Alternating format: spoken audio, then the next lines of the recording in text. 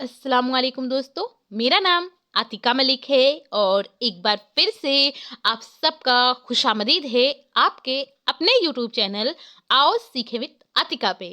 तो दोस्तों, आज की इस वीडियो में हम बात करने वाले हैं कि बोर्ड एग्जाम में कॉपी कैसे लिखें और ये क्लास 12 उर्दू वालों के लिए है, क्योंकि आप लोगों के बहुत सारे कमेंट इस बात पे आ रहे थे कि जो बोर्ड एग्जाम है उसमें हमें उर्दू की कॉपी कैसे लिखनी है। तो जो उर्दू की कॉपी लिखने का जो आसान और सही तरीका है वो मैं आपके साथ शेयर करने वाली हूँ। इसके साथ साथ ये भी जानेंगे इसी वीडियो में कि जो मोस्ट इम्पॉर्टेंट चैप्टर्स हैं वो कौन कौन से हैं जिसको आपको तैयार करना है। तो चलिए शुरू करते हैं। सबसे पहले देखिए, जो आपको कॉपी दी जाएगी कुछ ऐसी होगी। तो यहाँ पर जो डिटेल्स आपसे मांगी जा रही हैं आप उन सबको फिल करिएगा। उसके बाद आपको दूसरे पेज पे नहीं जाना है, क्योंकि जो कॉपी होगी वो जैसे हमको हिंदी, मैथ, साइंस, इंग्लिश में मिलती थी ठीक उसी तरह उर्दू की कॉपी भी दी जाएगी। तो उर्दू की कॉपी कुछ अलग नहीं होगी, लेकिन चूंकि हम लिखते अलग हैं, हिंदी को इस साइड से लिखते हैं, ऐसे ऐसे ये लिखा हुआ है, उर्दू जस्ट इसका अपोजिट होता है और हम उर्दू को इस साइड से लिखते हैं। लिखते हैं कि नहीं? बिल्कुल लिखते हैं। तो हमको दूसरे पेज पे ना जाकर लास्ट वाले पेज पर जाना है और लास्ट पेज पर यहाँ पर ये लाइन खींची होगी आपके सामने और ऐसे ऐसे करके बहुत सारी लाइनें होंगी। ऐसी बिल्कुल सादी नहीं होंगी, तो आप परेशान नहीं होइए कि बिल्कुल सादी है तो शायद ऐसी होगी, नहीं, ये मैं आपको समझाने के लिए बता रही हूँ। तो आप दोनों साइड, उस साइड खींची हुई है, इस साइड, दोनों साइड आपको स्केच से लाइन खींचनी है। उसके बाद आपका जो सबसे पहला सवाल होगा वो होगा कि मुंदरजा झेल में से दो इक्तिबासात की तशरीह सियाक व सबाक के साथ कीजिए, जिसके लिए आपको 15 नंबर दिए जाएंगे। तो आपको इस लाइन को नहीं लिखना है, ये भी मैं इसलिए लिख रही हूँ कि आपको समझ आ सके, मैं आपको समझा पाऊँ। तो आपको लिखना कहाँ से है? लिखना है आपको सबसे पहले डालना होगा जवाब नंबर, और कुछ बच्चे क्या करते हैं वो ऐसे यहाँ से लिख देते हैं जवाब नंबर। तो आपको ये नहीं करना है, जवाब नंबर यहाँ नहीं डालना है, बल्कि बीचों बीच में आपको लिखना है जवाब नंबर 1 और उसके बाद अलिफ बा ता जो कर रहे हो उसको करिएगा, क्योंकि यहाँ पर 3 इक्तिबासात होंगे आपके सामने, लेकिन आपको सिर्फ 2 ही करने होंगे। तो जो इक्तिबास आपको दिया गया है आपको पूरा लिखने की जरूरत नहीं है, क्योंकि क्वेश्चन पेपर में इक्तिबास जो होगा उसको पूरा नहीं लिखिएगा। आप उस इक्तिबास के जो शुरुआत के लफ्ज हैं उनको और फिर बीच में डॉट डॉट डॉट करिएगा और लास्ट के अल्फाज लिखिएगा, ऐसे करिएगा। उसके बाद फिर सियाक व सबाक डालिए और उसको करिए, फिर तशरीह डालिए, उसको करिए। ये आपको क्या करना होगा? इसको लिखना होगा। ये पहला क्वेश्चन होगा। जब एक करेंगे तो इसके लिए आपको 7.5 नंबर मिलेंगे, क्योंकि यहाँ पर हमसे 2 इक्तिबासात की तशरीह करने को बोला गया है। तो एक करेंगे तो 7.5, फिर जब दोनों करेंगे तो आपको 15 नंबर मिलेंगे। तो यहाँ पर आप फिर जवाब नंबर पहले का बा डालिए और उसके बाद बा या ता जो आता हो उसके शुरुआत के अल्फाज लिखिएगा और फिर डॉट डॉट डॉट और आखिर के अल्फाज लिखिएगा, और दोनों साइड लाइन आपको पूरी कॉपी में खींच लेनी है। उसके बाद फिर सियाक व सबाक और तशरीह दोनों चीज डालिए और लिखिएगा। अब यहाँ पर इसको भी समझ लेते हैं कि इसमें इंपॉर्टेंट चैप्टर्स कौन से हैं, क्योंकि आप अगर सिलेबस देखेंगे तो उसमें तो बहुत सारे हैं।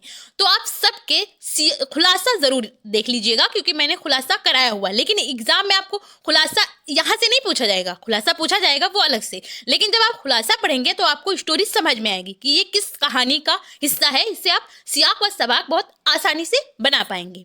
लेकिन आपको जो बहुत अच्छे से तैयार करना है उन चैप्टर्स की अगर मैं बात करूं तो आपको पहला एक चैप्टर तैयार करना है, वो है मौलाना मोहम्मद हुसैन आज़ाद का। और उन्होंने क्या लिखा है? नस्र वाले हिस्से में आपको तैयार करना है उर्दू शायरी के 5 दौर। दूसरा चैप्टर जो होगा वो मौलाना अल्ताफ हुसैन हाली का होगा। ये मौलाना हुसैन आज़ाद का है और दूसरा मौलाना हाली का होगा। इन्होंने जो लिखा है गजल की इस्लाह, उसको तैयार करिएगा। तीसरा चैप्टर जो होगा ये भी मौलाना आज़ाद इनको कहा जाता है, लेकिन इनका पूरा नाम क्या है? इनका पूरा नाम मौलाना अबुल कलाम आज़ाद है। तो मौलाना आज़ाद दोनों को कहा जाता है, तो इसके लिए आप कंफ्यूज नहीं होइएगा। ये मौलाना आज़ाद कौन से हैं? मौलाना अबुल कलाम आज़ाद। इन्होंने लिखा है हिकायत बादा व तिरियाक। तो आप इसको तैयार करिएगा अच्छे से। तो ये 3 चैप्टर्स है जो मोस्ट इंपॉर्टेंट, आप यूँ समझिए कि ये मोस्ट इंपॉर्टेंट है, इन्हीं में से पूछा जाएगा। लेकिन आपको खुलासा सभी चैप्टर्स का जितने आपके सिलेबस में बताया गया है उन सबको आप देख लीजिएगा एक बार। सरसरी तौर से अगर आप पढ़ लेंगे फिर भी आपको सियाक व सबक आ जाएगा और तशरीह तो आप कर ही लेंगे। और मैंने सारे चैप्टर्स कराए हुए हैं सिलेबस के अकॉर्डिंग, तो आप वो देख सकते हैं। बाद में ये कोई नहीं कमेंट करेगा कि ये तो नहीं कराया तो इसको करा दीजिए। तो मैं आपको यहाँ पर मोस्ट इंपॉर्टेंट चैप्टर्स भी साथ के साथ बता रही हूँ। इसके बाद आते हैं दूसरे सवाल पर। दूसरा सवाल होगा कि मुंदरजा झेल इबारत का खुलासा अपने अल्फाज में तहरीर कीजिए, जिसके लिए आपको 10 नंबर मिलेंगे। ये अगेन आपको इसको उतारना नहीं है, ये मैं आपको अच्छे से समझा पाऊं इसलिए यहाँ पर लिख रही हूँ। आपको सिर्फ और सिर्फ क्या करना होगा, यहाँ पर जवाब नंबर 2 ये लिखना होगा। ये नहीं लिखना होगा जो मैं पहली लाइन लिख रही हूँ, क्वेश्चन जो है उसको नहीं उतारना है। जवाब नंबर दूसरा डालिए और दोनों साइड लाइन तो बिल्कुल कंपलसरी है आपको खींचना।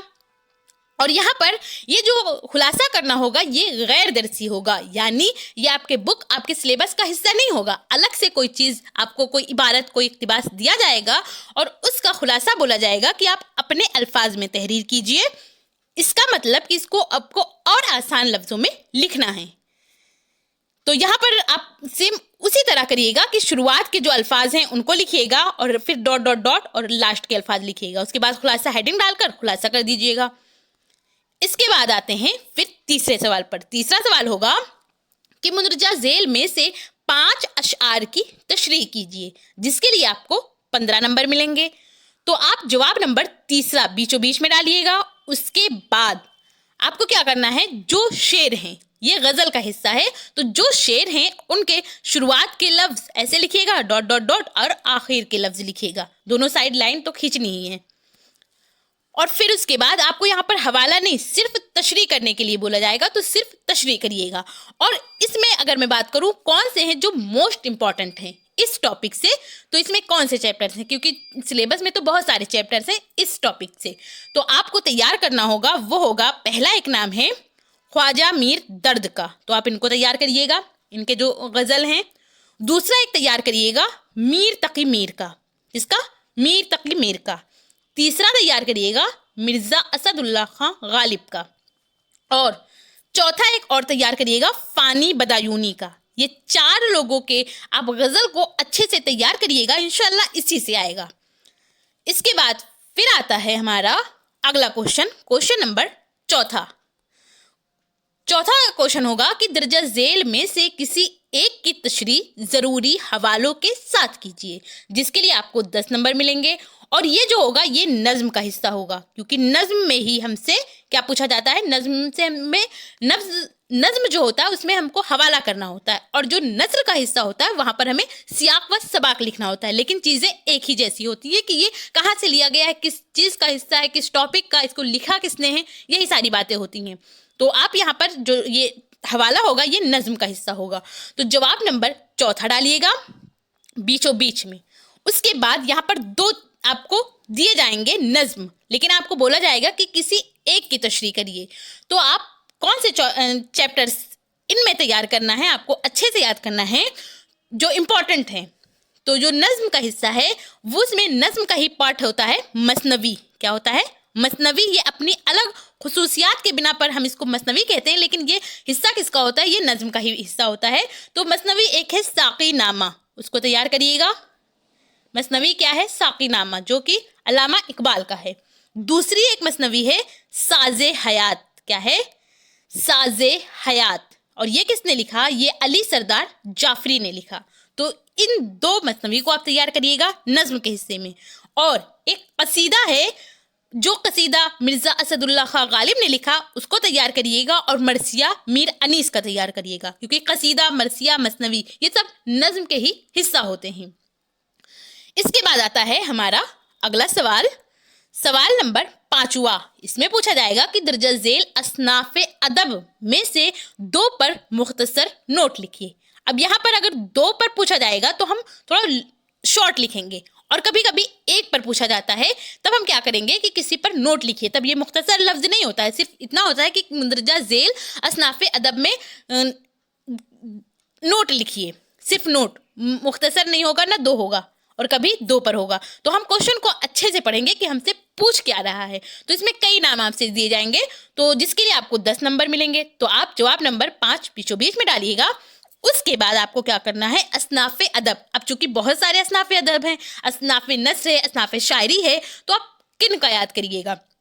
तो असनाफ़े नस्र में आपको मजमून निगारी और खाका निगारी तैयार करना है, और जो असनाफ़े शायरी है इसमें आपको गज़ल, कसीदा, मर्सिया इसको तैयार करना है। इसके बाद आते हैं अगले क्वेश्चन पर, क्वेश्चन नंबर 6। इसमें पूछा गया है कि दर्जा झेल नस्र निगारों और शायरों में से किसी एक की मुख्तसर हालात ज़िंदगी और उनके खसूसियात कलाम पर रोशनी डालिए, जिसके लिए आपको 10 नंबर मिलेंगे। तो बहुत से सारे लोग इस बात के लिए बहुत परेशान रहते हैं कि जो इम्पोर्टेंट हालात ज़िंदगी हैं मैं उनको बताऊं, इम्पोर्टेंट सवाने हयात, तो ये कौन कौन से हैं। तो मैंने इसको ऑलरेडी कराया हुआ है, लेकिन यहाँ पर मैं आपको फिर से बता रही हूँ कि जो इम्पोर्टेंट हालात ज़िंदगी हैं वो कौन कौन से हैं। तो 2 नस्र निगार और 2 शायरों के आप हालात ज़िंदगी याद कर लीजिए, लेकिन आपको करना सिर्फ एक ही का होगा एग्जाम में। तो आप हालात ज़िंदगी जो होगा वो मिर्ज़ा गालिब को तैयार करिएगा। इसके साथ साथ एक नाम है मौलाना हुसैन आज़ाद। कौन? मौलाना मोहम्मद हुसैन आज़ाद जो हैं, जिनको आकाए उर्दू कहा जाता है, उनके बारे में तैयार करिएगा। और तीसरा एक नाम है मीर अनीस। ये कौन है? ये शायर हैं, मीर अनीस। ये गालिब कौन है? ये गालिब शायर भी हैं और नस्र निगार दोनों हैं। मौलाना आज़ाद जो हैं ये नस्र निगार हैं, और मीर अनीस हुए, और एक नाम अल्लामा इकबाल का है। तो ये 4 नाम जो हैं ये 4 इम्पॉर्टेंट, या मैं कहूँ मोस्ट इम्पॉर्टेंट हैं। आप इनको तैयार करिएगा। तो आप जवाब नंबर डालिएगा और उसके बाद जिनके बारे में आपको लिखना है उनका नाम, और फिर लिखिए कि उनकी हालात ज़िंदगी, जैसे गालिब की हालात ज़िंदगी हम लिख रहे हैं तो जवाब नंबर 6 ऐसे बीच में लिखिए, फिर यहाँ पर नीचे ही लिखिएगा कि गालिब की हालात ज़िंदगी। उसके बाद फिर यहाँ से लिखना स्टार्ट करिएगा। इसके बाद आते हैं अगले क्वेश्चन पर, क्वेश्चन नंबर 7वां।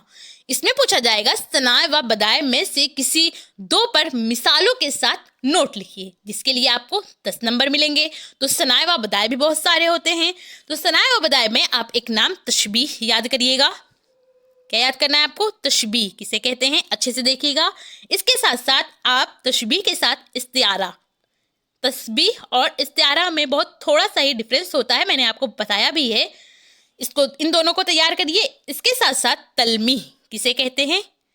तलमीह और तजाहुले आरफाना, ये 4 चीज़ें आप जो सनाए व बदाए, जो सिनात हम जिसको बोलते हैं वो है। तो आप तजाहुले आरफाना इसको तैयार करिएगा, ठीक है। इसके बाद आते हैं अगले क्वेश्चन पर, क्वेश्चन नंबर 8वां।